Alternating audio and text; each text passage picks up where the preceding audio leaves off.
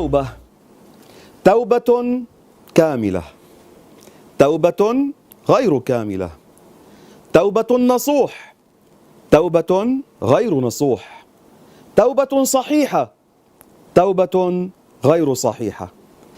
أما التوبة الكاملة أن تتوب من كل الذنوب والخطايا التي وقعت بها، ولا يعرف ذلك إلا أن تتعلم ما هي هذه المعاصي كي تتوب منها. وأما التوبة الناقصة أن تتوب من بعض المعاصي وتبقى واقعا في البعض الآخر. التوبة النصوح أن تتوب من الذنب ولا تعود إلى مثله. وأما التوبة غير النصوح صحت منه ابتداء، ولكن بعد مدة عاد ووقع بمثل هذا الذنب. أما التوبة الصحيحة فهي التي اكتملت فيها الشروط، وغير الصحيحة كانت ناقصة أي لم تصح منه هذه التوبة.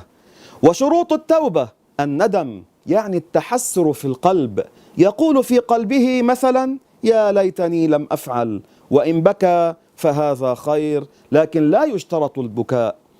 وكذلك العزم على أن لا يعود لمثل هذا الذنب، ينوي في قلبه أن لا يعود. والأمر الثالث الإقلاع، يترك هذا الذنب، وإن كان هذا الذنب يتعلق بحق إنسان قضاه أو استرضاه، وإن كان يتعلق بترك فرض كالصلاة قضى ما فاته من هذه الصلوات.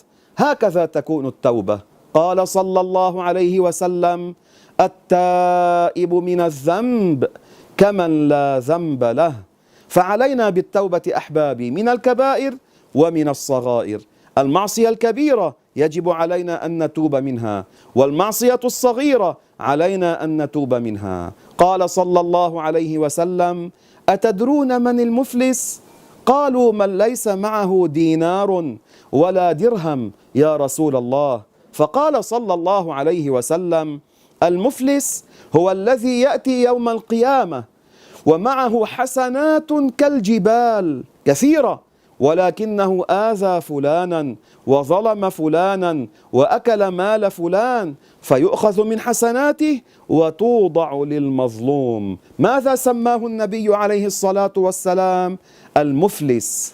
والنبي صلى الله عليه وسلم يقول: من كان لأخيه عليه مظلمة فليتحلله من قبل أن لا يكون دينار ولا درهم. في هذه الدنيا الآن نستطيع أن نستسمح أن نرد الحقوق إلى أهلها، وأما يوم القيامة فحسنات وسيئات. اللهم تب علينا واقبل توبتنا واسترنا ولا تفضحنا يا أرحم الراحمين.